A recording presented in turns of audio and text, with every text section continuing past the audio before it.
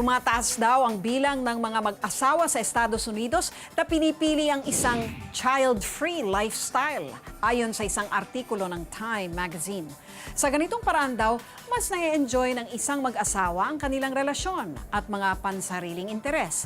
Matagumpay din sila sa kanilang mga karera at maunlad ang kanilang pamumuhay. Sa Pilipinas, kung saan itinuturing na yaman ang mga anak, nagiging katanggap-tanggap na rin kaya sa mga Pilipino ang ganitong pamumuhay?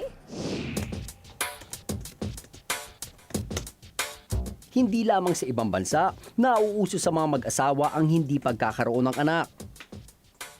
Ayon sa vlogger na kilala bilang si Sexy Nomad, desisyon na raw nilang magkabiyak ang huwag magbuntis bago pa sila ikasal.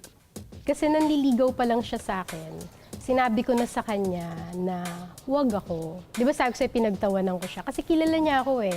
Sobrang isa siya sa mga matatali kong kaibigan. So alam niya yung mga prinsipyo ko sa buhay, mga paniniwala ko, ganyan. Sabi ko, huwag ako kung naghahanap ka na magiging future mother of your kids. Kasi alam mo naman, di ba, na ayokong maging isang ina.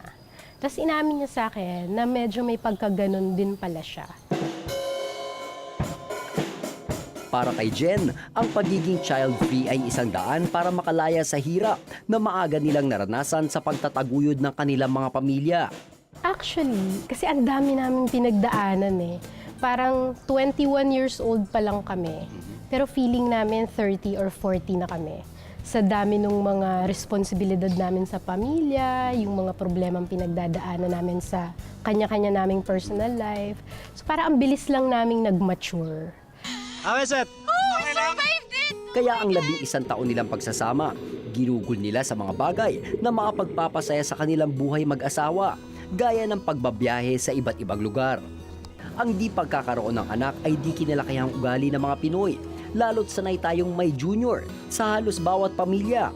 For Filipinos, it's medyo abnormal not to have children. Yeah, kasi ang mga Pilipino are very relational and family-oriented. Ang feeling ng Filipino is kung walang mga anak, kung hindi lumalaki yung family, there's something wrong. Bukod sa pagpapalawig ng apelyido, nakatanim din sa kaisipan natin na ang kaganapan ng pagiging mag-asawa ay nakasalalay sa pagdadalang tao at pagiging mga magulang. It's very important na may anak ang Filipino na babae because people will think kung wala siyang anak, there's something wrong with her, or with the husband. Dahil sa belief na gano'n, nape-pressure yung mga couples na magkaanak kahit minsan ayaw nila. Ayon pa kay Dr. Deliosa, may ilang mga mag-asawa na rin siya nakausap na kahit may pisikal na kakayanan na mag-anak, pero pinipili pa rin ang huwag magbuntis. Siguro yung isang reason is some people don't really like to engage in sex. I meet some couples in counseling sessions na they don't have any desire. Ang pinaka-value nila is companionship, friendship, but not sexuality. Sometimes nagseselos yung husband. He feels na kung magkaanak, mababawasan yung atensyon ng asawa sa kanya. So, ayaw niyang magkaanak. Sa kabila ng kinalakihan nating kultura, ilang Pinoy couples ang naniniwala na ang di pagkakaroon ng anak ay isang praktikal na desisyon sa ngayon. Ang trend naman sa Philippines is to have fewer children eh. So posible rin later on, Filipinos might choose to be childless.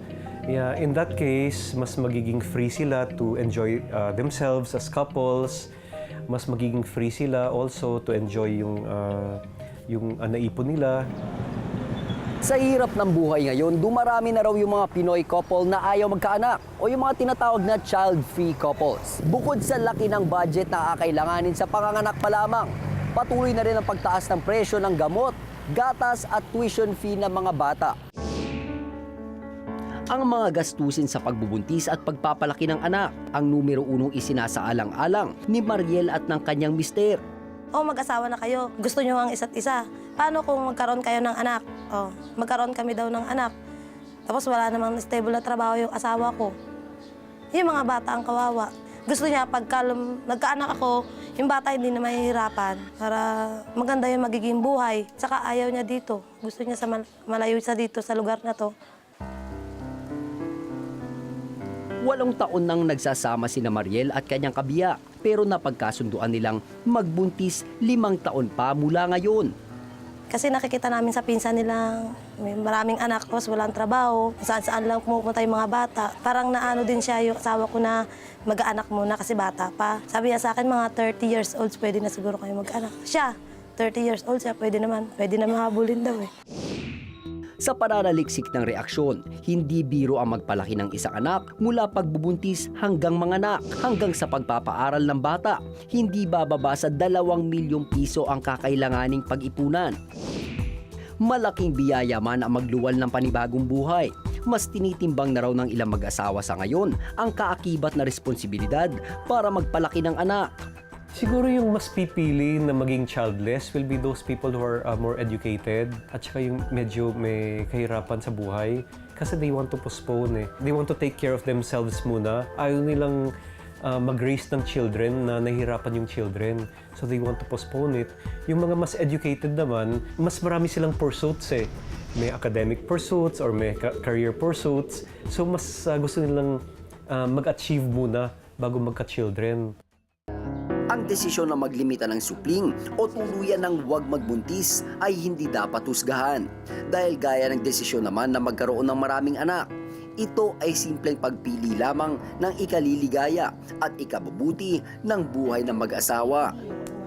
Ako po si Renzo Ongkiko, nag-uulat para sa reaksyon.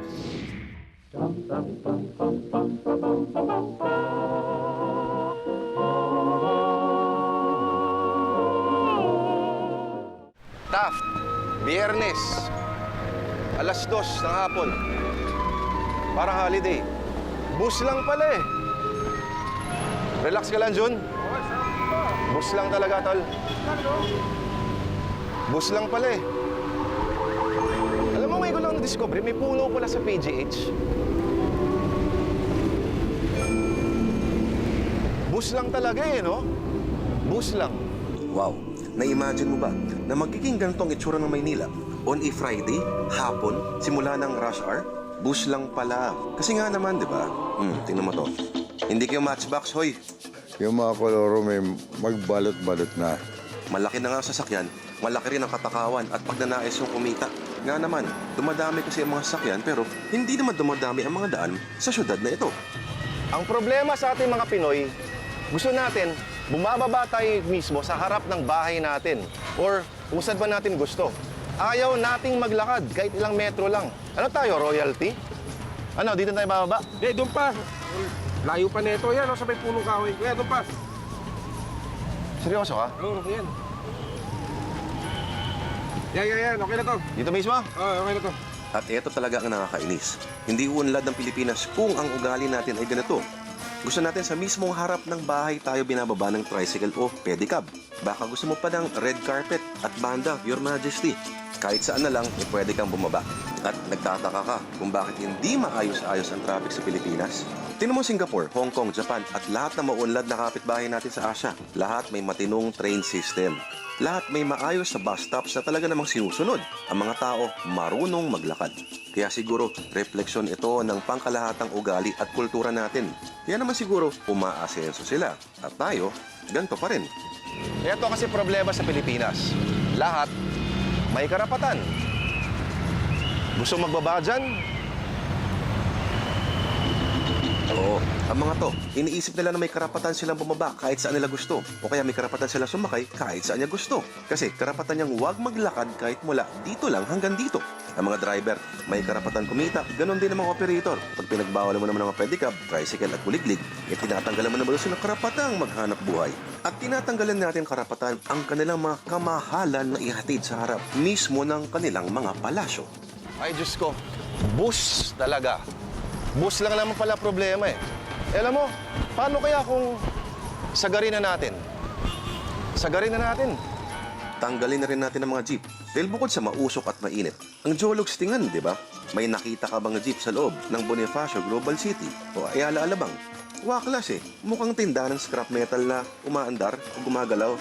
Hindi sila pwede mag-drive na nakasando lamang. They'll be in proper attire. Chinelas, Mayor. Oh, yan, lalo na yung sinelas.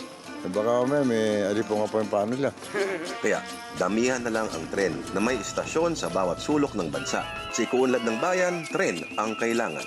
Pero huwag tatanga-tanga, tol. Sa release ng PNR sa Biata, Pandacan, Maynila, nasagasaan ang tren ng Binata mag-aalas 6 kaninang umaga. Ilag-ilag din pag may time. Kung walang magsasabi, walang mangyayari. Ang opinyon mo, pinakikinggan, pinag-uusapan dahil ang bawat balita may katumbas na reaksyon. Ako po si Lucy Cruz Valdez. Magandang gabi po sa inyong lahat.